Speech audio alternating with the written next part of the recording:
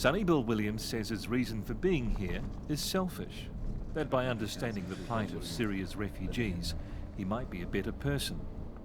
It's hard to imagine anything more selfless. My name's Sonny. About an hour from Beirut in the Bekaa Valley, we're at what's known as an informal settlement, a collection of temporary shelters on private land.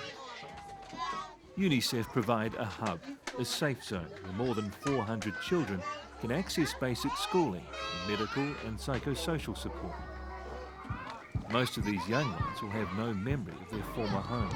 They just want to be kids. They don't know what's going on. They're just having fun with each other. But ideally, you wouldn't want them growing up, going to school, learning in a class like this. You want them to go to proper school where they can get an actual bit of paper that they can go on and further their lives. None of the children here have ever watched the All Blacks. They don't even know his name. But Sonny Bill, there's something about him. We meet 12-year-old Fatima, whose family escaped the fighting in Homs 2 years ago. Within minutes, her and Sonny Bill have a connection.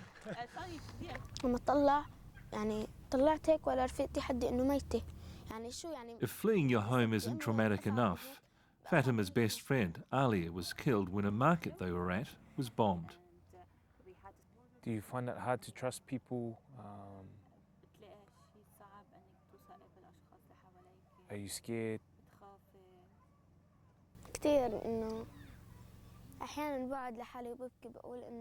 Fatima says there are still days she sits alone and cries because she misses her friend. Fatima's new home is a tent she shares with her parents and 4 brothers.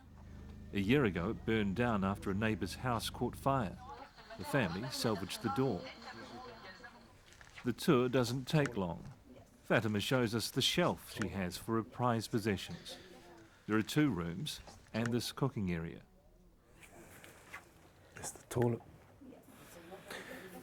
Imagine that back home, a toilet being inside the kitchen, being right next to the food, Like everyone, the family pays rent to live here, about $250 a month.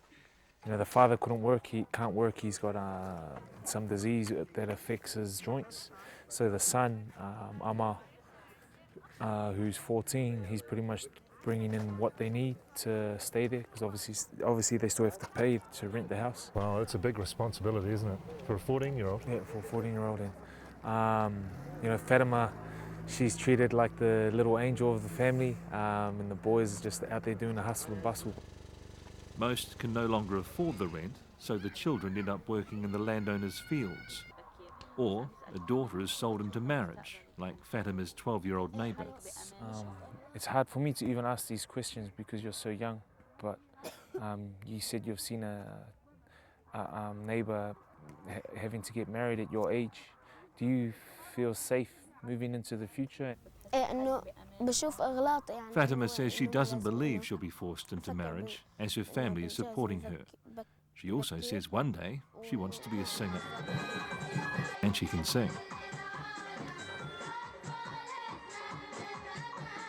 The courage and determination this 12-year-old has to make the most of her life now is something Sonny Bill says he'll always remember, long after his lesson in Arabic. Sabah, صباح الخير